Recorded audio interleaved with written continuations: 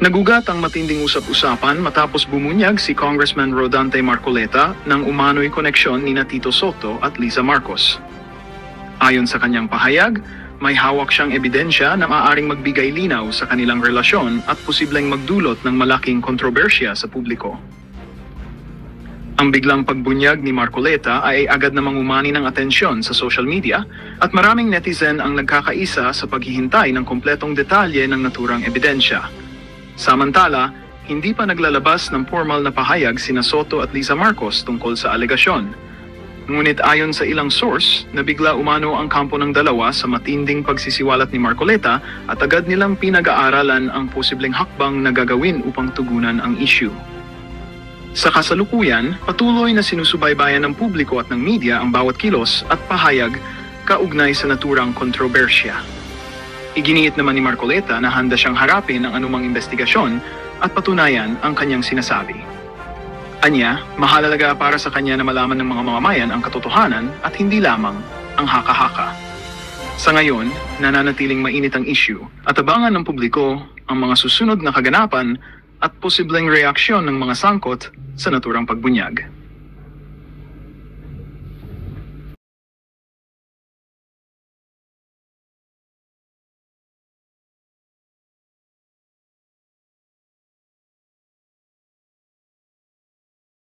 Po sa buong bansa.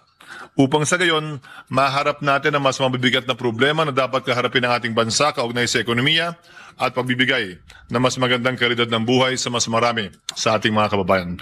Maraming salamat po, Ginoong Pangulo, at sa muli nagpapasalamat ako sa ating kagalang-galang na Chairman ng Committee on Appropriations sa pagbibigay sa munting kahilingan ng abang lingkod na ito at gayon din sa ating punong mayoriya sa pagbibigay din sa kahilingan ng kinatawa na ito. Diba? Nung si Marcoleta ang humingi na isuspend yung rule para tanungin niya si Boying, hindi po pinagbigyan si Marcoleta. Hindi pinagbigyan si Marcoleta, mga kareaksyon. Pero itong si Cheese, pinagbigyan siya. Anak ka ng... Di ba, mga kareaksyon, pinagbigyan si Cheese na isuspende yung rules. Naalala po ba ninyo yun, mga kareaksyon? Si Marcoleta hindi pinagbigyan.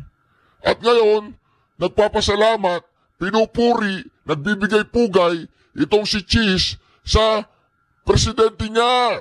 Anak ka ng... Ang nangyari kinabukasan, yung kaso niya sa COMELEC, automatic na dismiss. Anak ka ng...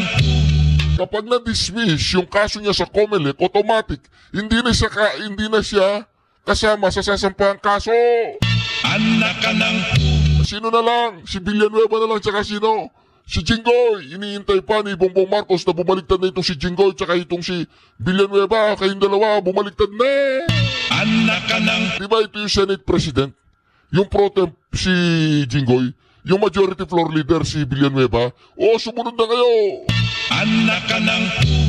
Diba, mga ka-reaction? Palagay ko nga totoo yung sinasabi nila sa tao na to. Alam mo, palagay ko lang. Palagay ko lang, mga am I that ka-reaction, stupid?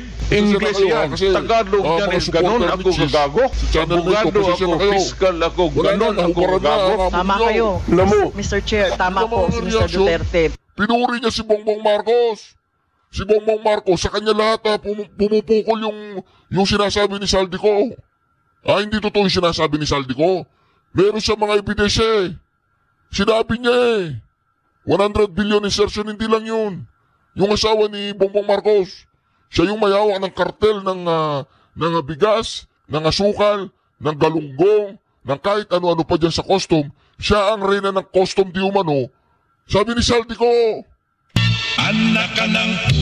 Mga ka-reaction, kahapon ko pa gustong reaksyonan ito Ayaw nilang reaksyonan, natatakot sila. Kasi baka sabihin nila, ay, sayang si Cheese, mawawala siya sa ano natin, sa grupo natin. Mawawala siya pag binanatan natin si Cheese. Sasabihin natin, bumaliktad. Hindi bumaliktad si Cheese. alam mo, Si Cheese, hindi ko alam kung may yag balls o wala. May yag balls ka ba, sir? Sir, may bayag ka ba, sir? May bayag ka? Wala? Okay kung wala. alam mo, Meron daw. Anak ka ng... Malayo ka kay Marcoleta, sir. Wala kang binatbat kay Marcoleta. Kaya naman, Cheese, ekis ka na, Cheese, ekis! Anak ka ng Mantakin mo, pinuri mo si Bongbong Marcos. Pinuri mo ang kapatid niya. Sinabihan na magpagamot. Pinuri mo pa rin si Bongbong Marcos. anak ka ng Destabilization lang yun. Destabilization lang daw po yan, mga kareaksyon, kapatid niya. Bata pa kami, dumudurog na yan. Ngayon, hindi namin alam kung ano na nangyayari dyan, pautal-utal na. Iba na yung takbo ng isip niyan. Ano sabi ni Amy Marcos? Magpagamot ka na, ading, umuwi ka na. anak ka ng Mga kareaksyon, ito po ngayon ang si Stay. Itong si Cheese, nasa majority na yan. anak ka ng Nagbigay pugay na siya kay Bongbong Marcos eh. Nagbigay pugay na kay Bongbong Marcos yan. anak ka ng Tumiklop si Cheese. Tumiklop. Ang gusto lang niya hanggang kay Romualdez lang. anak ka ng Ano kayang galit niya kay Romualdez? Ano kayang galit niya kay Saldico? Pinagbigyan naman siya. 200 billion. 2025 insertion ng Senado. Ayon kay Saldico. Sinabi ko na kahapon, ikinanta na siya ni Saldico. anak ka ng Hindi pala pumayag si Cheese sa 2025 GAA na hindi malagyan ng 200 billion ang Senado. anak ka ng Di ba mga kareaksyon? Yan na po ang sinasabi natin, mga kareaksyon. Ito na ang sinasabi natin dito. Si Cheese ay bumaligtad na. Pangalawa, hindi bumaligtad. Ano talaga yan? Pro Lisa Araneta yan. Ngayon, aba, nagbibigay pugay na siya kay Bongbong Marcos! anak ka ng Cheers! 2028 ha! Basta sa 2028, huwag mong alalahanin na, mga kareaksyon. Alam nyo nang gagawin nyo kay Cheese sa 2028. anak ka ng Diba, alam nyo nang gagawin nyo kay Cheese sa 2028. Balita ko, gustong tumakbo ng ano yan eh, re-election. anak Puntahan po natin kay Marcos Jr. mga kareaksyon. Itong si Marcos Jr. meron pong binunyag na lumapit daw, lumapit daw yung abogado. Lumapit daw po yung abogado ng ni Saldico para makipag-ayos. At sinabi daw ng abogado na itigil na yung pagpapakasira ng passport ni Saldico na naniniwala po kung mga kareaksyon, may ibang passport na si Saldico. May ibang passport na yan. Pero mga kareaksyon, ito nagsalita si Bongbong Marcos mismo, nagsalita. May ebidensya ka ba, Bongbong Marcos? Pagkakam po natin mga kareaksyon. Sino ang kapatid ng magnanakaw? Sinungaling. Sino ang kapatid ng sinungaling? Magnanakaw. Sino yung pamangkin nila? Mambubudol. Namo. anak ka ng Di ba mga kareaksyon? Blackmail na kung hindi Blackmail daw, blackmail. po kami ng abogado ni Saldico sa 8 congressman na may-ari ng mga construction company na may proyekto sa DPWH. Lastly, meron po akong ibabanggit sa inyo. Dinapitan po kami ng abogado ni Saldico at nagtatangkang mag-blackmail na kung hindi po namin kakanselihin daw ang passport niya, hindi na raw siya maglalabas ng video. I do not negotiate with criminals. Kahit maglabas ka na ng video ng lahat ng kasinungalingan mo na pag-destabilize sa gobyerno, gusto kong malaman mo, Saldi, makakansela pa rin ang passport mo. Hindi ka na makakatakas sa hustisya. Napaka-cheap mo, Bongbong Marcos. Parang away ng magkaklase. Hindi, sinabi niya sa akin o sinabi niya, hindi raw, bigyan ko lang daw siya ng ulam, ng ganyan. Hindi ko na susumbong. Parang ganon.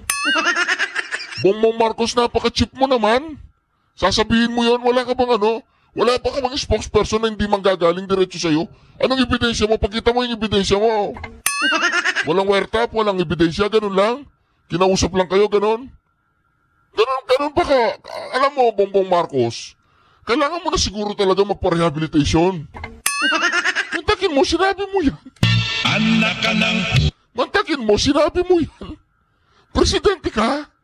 Ikaw ang magbe-breaking news na nilapitan ka ng kampo ni Saldico? Nabayaran ka? Namo. Nabayaran na magkaroon ng compromise agreement? O sige, wag nyo nang i-cancel yung passport ha. Basta wag na kayo maglabas ng video. Namo. Ganun ba yun mga kareaksyon? Ganun ba yun? Bongbong Marcos! Presidente ka ng Pilipinas, hindi ka presidente ng TODA. Namo. anak ka Di ba mga kareaksyon? Grabe naman. Grabe naman yan, Bongbong Marcos. Grabe naman. If I can do it in 1 week, magre-resign ka? Yun! Yes. O sige, call ako. Call ako. So, Mr. President, we will meet. Parang ano yun. Call ako, sige, call ako. Ano, gusto mo? Sutukan tayo mamaya, call ako. Gusto mo, call ako. Ayos din to si Cayetano magalit no. Naalala ko nung nagalit siya, nakaaway niya si Subiri.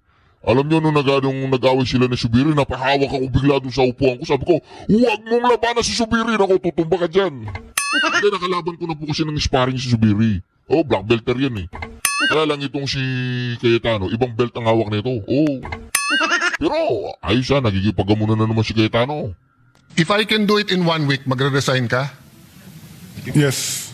O sige, call ako. Call ako. So, Mr. President, we will meet tomorrow. And I will bring an IT expert. You bring the list of the 160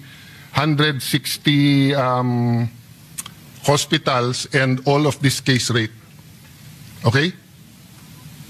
No, sir, hindi pwedeng tungo-tungo lang dito sa Senate. Seryoso tayong pinag-uusapan. Be here at 4 o'clock tomorrow? Can you be here at 4 o'clock tomorrow? PhilHealth, President? Yes, according to the PhilHealth President. Okay. The yes is okay. So, Nako mga kareaksyon, umiinit na po pero parang meron magre-resign na DOH Sekretarya. Gusto niyo mo malaman kung ano yung buong istorya nung senaryong yon? Gusto niyo malaman? Kasi itong DOH mga kareaksyon, itong DOH, akala nila siguro mga baboy, baka, manok o mga animal ang mga Pilipino. Yung vaccine, nalilate. Yung vaccine para sa mga bata, nalilate. Senator Tulfo, alam mo naman respeto ko sa iyo at never ako nag-i-interrupt. Pero It's okay. yung ganong klaseng sagot ng DOH, huwag tayo magbuluhan dito. Health ng mga bata to eh. O, di ba? Si Tulfo kasi, siyempre, ano alam ni Tulfo? Namo. Ano alam ni Rapi Tulfo, yung mag-asawang magkapitbahay na nagtorjakan, tapos nag-iwalay, tapos mag-view siya ng 3 million views sa 2 video, aabot ng 10 video, kikita siya ng milyon-milyon, tapos bibigyan niya ng 50,000 yung dalawang mag-asawa sa content niya. Ay, hindi totoo yun, o, tanggalin po sa record yun, hindi pala totoo yun eh. Namo. Haka-haka ko lang yun. Walang YouTube channel si Tulfo, wala daw YouTube channel. Namo. ka ng Ito mga kareaksyon, napakinggan natin. Dito po lahat ng ugat, ang pinagugatan ng ugat. Ito po. Senator Tulfo, alam mo naman respeto ko sa iyo at never ako nag-i-interrupt. Pero It's okay. yung ganong klaseng sagot ng DOH, huwag tayo magbuluhan dito. Health ng mga bata to eh, future ng bansa to. Tapos ganyan ang sagot natin na meron ganito, merong. Hindi totoo yun. 2 years na. Kailan magbabago yan? Can you guarantee us? O yun, isang tanong lang. Can you guarantee us in 2026 there will be no delays? Because if not, let's get a secretary who can. Cambodia at saka Laos hindi nalilate yung bakuna eh. Pilipinas nalilate yung bakuna. Sorry for that, Mr. President. Yes, we took that up the last time around, if the chairperson will recall. The LGUs may, but ang presyo, times 10. Kung 10 pesos ang bili ng DOH, pag LGU ang bumili, Mr. President, nagiging 150 pesos or 100 Mr. pesos. President, hindi lahat po ha. I just called yung city health namin. There are certain vaccines they're not allowed to buy. Kasi DOH lang ang pwede. Yeah, anyway, doon man sa pwede, mas mahal, kaya hindi Okay. sila pwede. Okay, Go ahead. can I give a quick response, no? Well, Mr. President. So, Mr. President, the Secretary admits that they've had a major procurement problem. In fact, he has fired their procurement officer. As to whether they can handle it better next year, I don't know yet if there's an answer, because the secretary admits that given the billions of pesos involved here, there is so much competition among the bidders. And this representation recognizes that that is an issue, but that this representation also recognizes that if there's a will, there's a way. Because if Cambodia and Laos, if we do our job well, hindi dapat... Madam Chair, just as a follow-up. Let me complete my sentence. These bidders should be the ones... Let me complete my sentence. Magkapatid po yan, ha? Trabaho lang, walang personal lang. Following our rules and not dictating. Because of the delay, then we are now putting, I am one with His Honor, that we are putting our children's lives at risk. Yes. Sorry to interrupt, Madam Chair, but you're talking about bidders. Hindi ba ang ginawa ng DOH, dinaan sa UNICEF? Di ba ang procurement nyo ng vaccines ng routine, dinaan nyo sa UNICEF?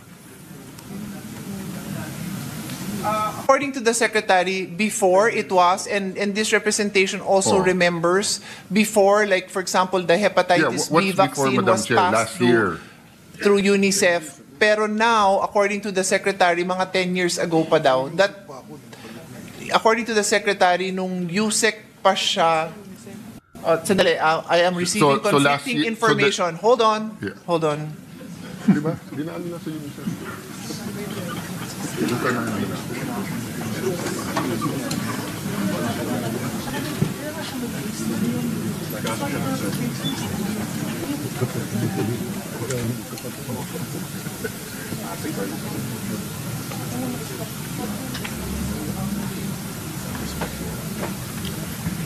Yan yung pinail sa Ombudsman, no? A release of 1.2 billion to UNICEF from February to July 2024. Ano yung matagal na at dati? At coincidence lang ba kasi tumatakbo yung secretary sa WHO? That's why I said, give me a minute to get a clear response. So, due to the measles outbreak, there was a purchase. Is it a one-time purchase? There was a one-time purchase through UNICEF because of the measles outbreak. But aside from that, they do not purchase from UNICEF. Okay. So, His Honor is correct. So, there was a purchase. Yeah, so the point is kasi, hindi dapat magkaroon ng problema sa bidders eh. 'Di ba? Ang passport, 3 years nagka-problema sa Aquino administration. 1.5 years 1 year nagka-problema before my time sa DFA. Noong time ko 9 months kaming ginugulpe. Then we solved it. O sa LTO, 3 administrasyon, umupo si Vince Dizon. In 3 months na solve niya. Plaka ng kotse. Di ba, Senator JV, Senator SP, I think, di ba, nung term mo rin yun nung daming problema sa LTO di ba, yung plaka at saka yung even lisensya. Na-solve lahat Di ba? So, I mean, eto, immunization sa mga bata, you don't know how to slap people around. May mga siraulong bidder dyan, naloloko-lokohin yung bidder, di pakulong nyo. You cannot, sorry Senator Tulfo, usually ako malamig uno, ikaw mainit ulo, pero you cannot guarantee, I'm not talking to you, my dear ate, I'm talking to the DOH family and the secretary. Atin si Senator Tulfo sa podium. If the secretary cannot guarantee us that in next year there'll be no delays, of course, yung delays that are not foreseen, di ba? Kung may bagyo or nagsara ang mga port at hindi ma-deliver. But yung delays that happened the last 2 years, he has no business being secretary. Imagine, Mr. President, nandito tayo ngayon, 7 p.m., nakikinig tayo, nakailan beses na ang DOH. Hindi nyo magagaranti na bakuna lang, hindi on time. 30% of our kids are endangered of stunting. Ilan sa kanilang endangered dahil nga sa kahirapan dito sa mga sakit na i-prevent ng bakuna. Ang dami natin pinag-uusapan dito, budget nyo, laki-laki, tapos yung on time lang yung bakuna, o ibigay nyo lang sa Senate. Yung pera, kami na magbibid. Kami na magdi-deliver. Sorry, Senator Tulfo, but thank you for this intervention. But I think it's unacceptable that we do not have a hard answer here that hindi madi-delay ang mga bakuna. We're not talking about all kinds of medicines and competing. Ang pinag-uusapan pa lang natin yung routine na bakuna plus sa senior citizen na yung flu. Yung flu lang, hindi natin ma-solve yun. To be fair, past administration, November din. Kung yun ay ginawa ni Secretary, at least may isa siya na hindi nagawa ng ibang administrasyon. Pero wala eh. Imbis na November 1, nandito na. November 26 na, wala pa rin. Kasi tayo, komportable tayo. Nagkasakit tayo, may St. Luke's, may Asian, may Makati Med. Pero paano naman yung mga kababayan natin na may nanay na 80 years old na napakahirap, pagka nag-flu tapos nagka-pneumonia, mamamatay na lang. Di natin bibigyan ng bakuna? So, it's just unacceptable, Mr. President. We understand the frustration, Mr. President. Just to put on record, because the Senate President asked a very similar, well, identical question about the vaccines, no? The response that we got from DOH is precisely because of the procurement problems, and this is referring to the flu vaccine. The procurement problems, the problems with the bidders, the vaccine, which was due to come sometime March, April, kung madelay man sana May, will be arriving December.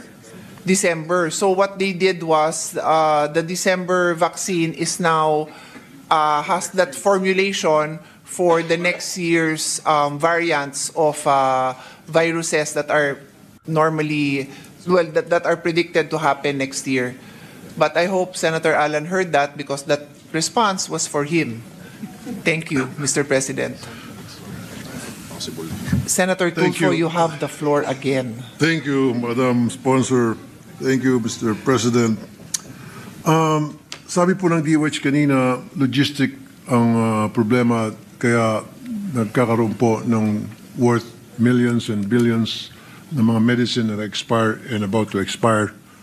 Ginamit po yung reason na logistic problem. Ano po yung proposed solution ng DOH tungkol dito?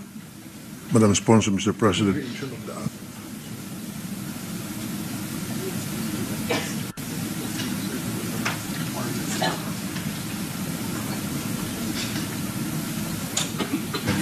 So the solution there, Mr. President, is to improve this asset management and supply chain, and the Secretary created a committee that will be handling that, so that they can make timely orders for the products that need to be replenished, and would not be ordering for those items that still have stock, Mr. President. Thank you, Madam Sponsor, Mr. President.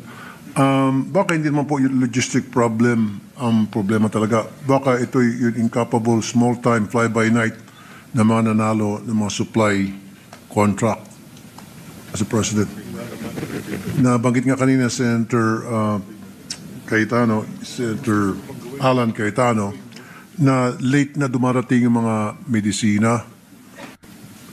And it's been happening for so many years, Mr. President, time and time again, year after year. Ba't di natin mapatigil-tigil na yan? Bakit hindi tayo naghanap ng sistema ng once and for all? Mabigyan na po yung solusyon na yon na sinasabing logistic problem at kaya nag-expire ang mga medicines worth by the billions. So, Mr. President, according to the Secretary, they... It's not that recent, no? A few years ago, because yes, based on that, based on that ruling, the DBM came out with various guidelines for different